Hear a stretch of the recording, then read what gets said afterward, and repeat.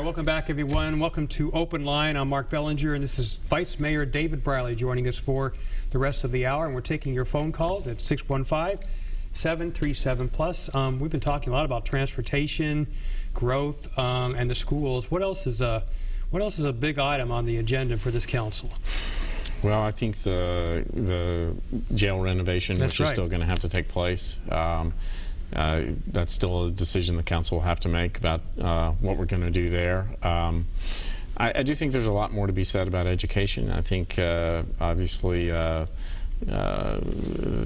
everybody is happy with the way things are working. There's a fair amount of fighting of the school board, and we have a new director to pick. So picking that new schools director is critical to sort of, I think, bridging the gap between the two sides and making more progress. We spend hundreds of millions of dollars there every year, and so that's a big part of what we need to be focused on. Now, the council, you know, the biggest item that we're going to spend more time on than anything else is zoning. So we are growing like crazy in the core of the city, adding a lot of density, and the city just finished a long-term process to look at, for the next 25 years, how are we going to grow. It's called the Nashville Next plan. And so implementing that over the next year or two is going to be real interesting to see how that works out. One thing that happened in the end of the last council is an ordinance was passed that's required the Planning Commission to go look at affordable housing in Nashville. And so we've got, I think they have another 150 days or 120 days to come back with a report and recommendations about what to do with affordable housing in the community. You know, we haven't heard a whole lot about this, and we didn't hear a lot about it during the campaigns either, and that is public safety. Right. It was a big deal to former Mayor Carl Dean. Right. And we've been having a lot of the homicide rate is up. It's been very low though for the last couple of years.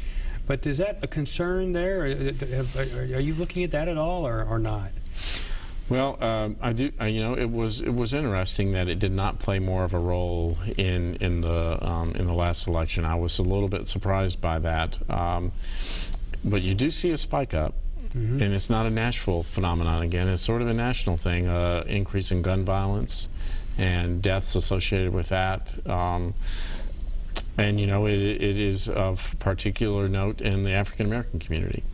Right. And so I do think that there are people out there very interested in the community to confront that, and so I think the city is going to have to have a renewed effort to look at how we can prevent that cycle of violence in certain parts of town in particular, and especially with gun violence. How about the guns and parks issue that concerns the stadium, the arena, and other municipal,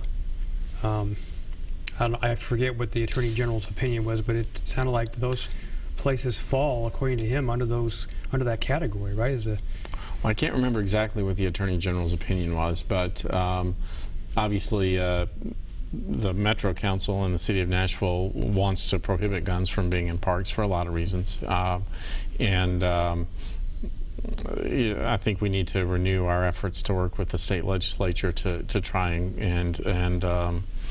and reach some accommodation there, because I think the state knows that the economic vitality of Nashville and in the Middle Tennessee region is critically important to the entire state. So we've got a pretty good formula going in Nashville in terms of growth and building the tax base, and I hope the state will think about that and let us sort of lead our own way. It's been historically, the state has been pretty deferential to localities on these kind of issues, and maybe we can find a way back to that deference. Nashville's always been a pretty, at least since I've been here, and that's about 20 years, pretty safe city for the most part.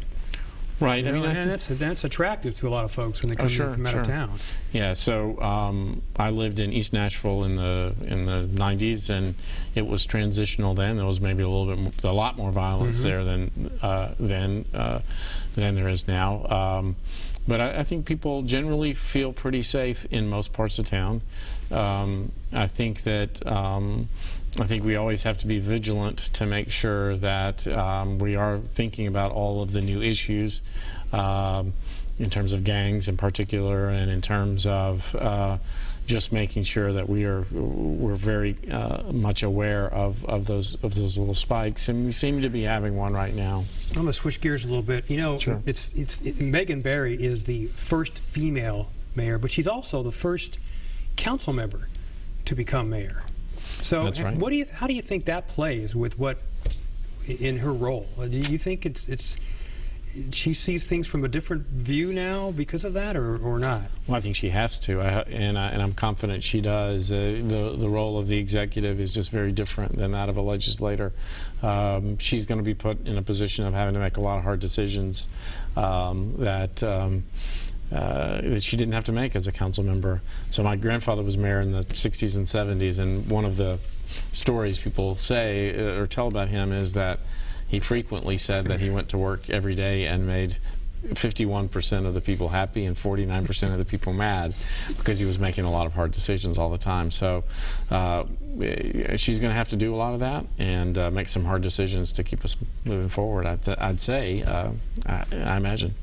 All right, we have, like I said, open phone lines, and the number there is 615-737-PLUS or 737-7587 if you have a comment or if you have a question for Vice Mayor David Briley. You have been on the council, you said what, you were there for 8 years, took some time off, and now you're back. Yeah, I was in a rehab program for 8 years. What did you learn in 8 years? Anything? You know, I lost some hair. I got some gray hairs. I will say that I have a 12-year-old son, and the 8 years out were great years, and I wouldn't have missed those years with him for anything. I think I've learned some patience, which is one of the reasons why I ran for vice mayor, is because with 40 people, you really have to be patient and do a better job of listening than talking. And you know, I'm a lawyer and a politician, so you know, talking is all I know, really. But I try to listen and hear what the council members are concerned about. I do think it's a great group of people. I've met with each one individually since August 6th and asked them all, you know, how do they want to lead and what is their goal and how can I help them get there, and only 2 or 3 of them said they wanted to be president. So well, that's good. So yeah, I've told them all exactly how to accomplish that. Most of them had the very simple questions of, you know, how do you get a sidewalk put into a neighborhood? How do you handle a complaint about the school board or about a child? And you know, most of that I'll have a pretty simple answer to. Some of those questions I'm just going to have to recommend a good political consultant to, I guess. Do you, speaking of schools, are you happy with the way the whole thing is set up, as far as how the how elementary schools feed certain middle schools, and middle schools feed high schools? Do you think that works well here? Well, so there's pretty much open enrollment now for the high schools. Is that right? I think, based on that's my sense. Is, you know, if there's room, you can go. Except for the academic magnets, right. I guess, which are more selective in What about terms charter schools? We're going to see more charter schools, do you think? Well, I would be surprised if we didn't see more applications for charter schools, and obviously that's a pretty hot button issue, and yeah, that's sort of what the battle is about right now.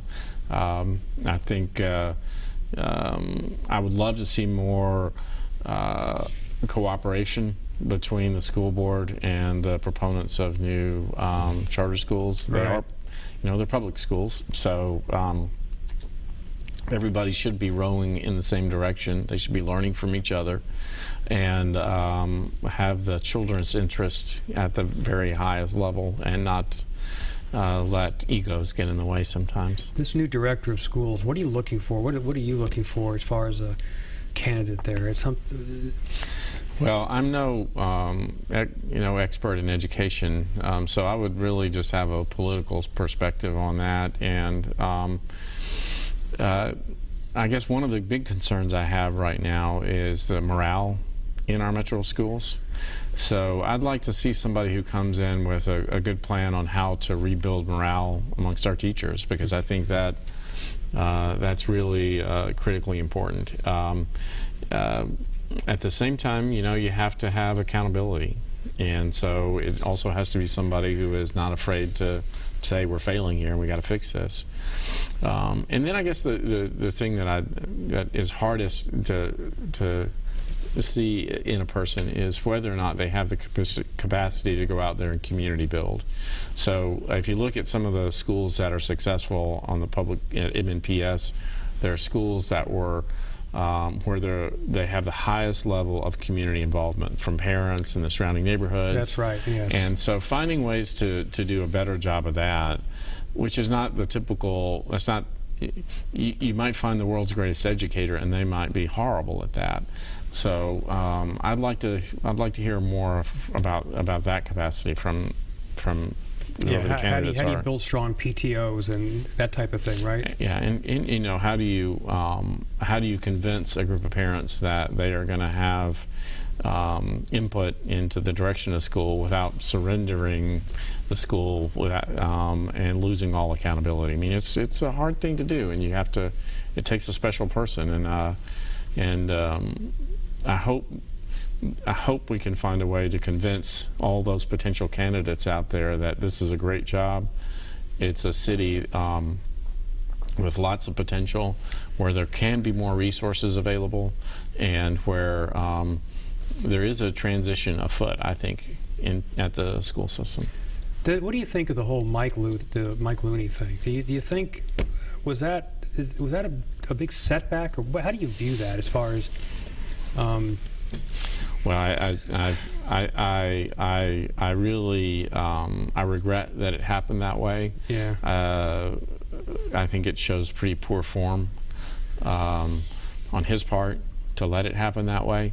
I feel our school board really had placed a lot of trust and sort of overcome some of their typical disagreements, and so it's really unfortunate that it happened that way. All right, we're going to take a break. When we come back, we'll have time for some more phone calls. The number again on your screen, 615-737-7587. We'll be right back with Vice Mayor David Briley.